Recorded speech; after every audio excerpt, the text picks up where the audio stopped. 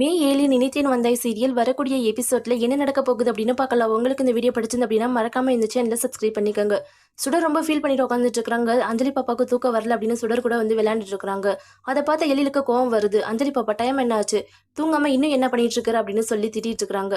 உடனே அஞ்சலி அழுகுறாங்க. அஞ்சலி பாப்பா அழுகக்கூடாது, நீங்க போய் தூங்குங்க அப்படின்னு சுடர் சொல்லி அனுப்புறாங்க.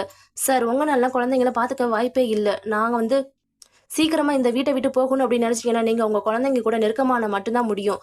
எப்போ உங்க குழந்தைங்க கூட நீங்க நெருக்கமாகறீங்களோ அப்பதான் அந்த வீட்டை விட்டு போவான் அப்படின்னு சவால் விடுறாங்க. அப்ப எழிலுக்கு கோவம் வருது. சீக்கிரமாவே நான் உன்னை இந்த வீட்டை விட்டு அனுப்புறேனா இல்லையான்னு மட்டும் பாரு அப்படின்னு சொல்லிட்டு அங்க இருந்து கிளம்புறாங்க.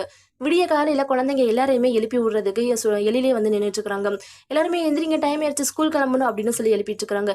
என்ன சார் குழந்தைங்க எல்லாரையுமே எழுப்பி விட்டு குளிச்சு அவங்க ரெடி பண்ணிட்டீங்களா அப்படின்னு கேட்கறாங்க. ஏன் அவங்களாம் குளிக்க மாட்டாங்களா? அஞ்சலி பாப்பா சுத்தமா குளிக்கவே மாட்டேன், நம்ம தான் குளிச்சு விடணும் அப்படின்னு சுடர் வந்து சொல்லிட்டு இருக்காங்க. அதனால எழில் வந்துட்டு அஞ்சலி பாப்பாவை தூக்கி குளிக்க வைக்கிறதுக்காக போறாங்க. அஞ்சலி பாப்பாவையும் குளிச்சு விடுறாங்க. ஆனா அஞ்சலி பாப்பா பண்ண சேட்டையில எழில் ஃபுல்லாவே வந்து நனைஞ்சு குளிச்சாடுறாங்க. அதை பார்த்த சுடர் வந்துட்டு பயங்கரமா சிரிச்சுக்கிட்டு இருக்கிறாங்க. என்ன சார் அஞ்சலி பாப்பாவை குளிச்சு விட்டீங்க, ஆனா கவினை இன்னும் குளிக்கலையே அப்படின்னு சொல்றாங்க.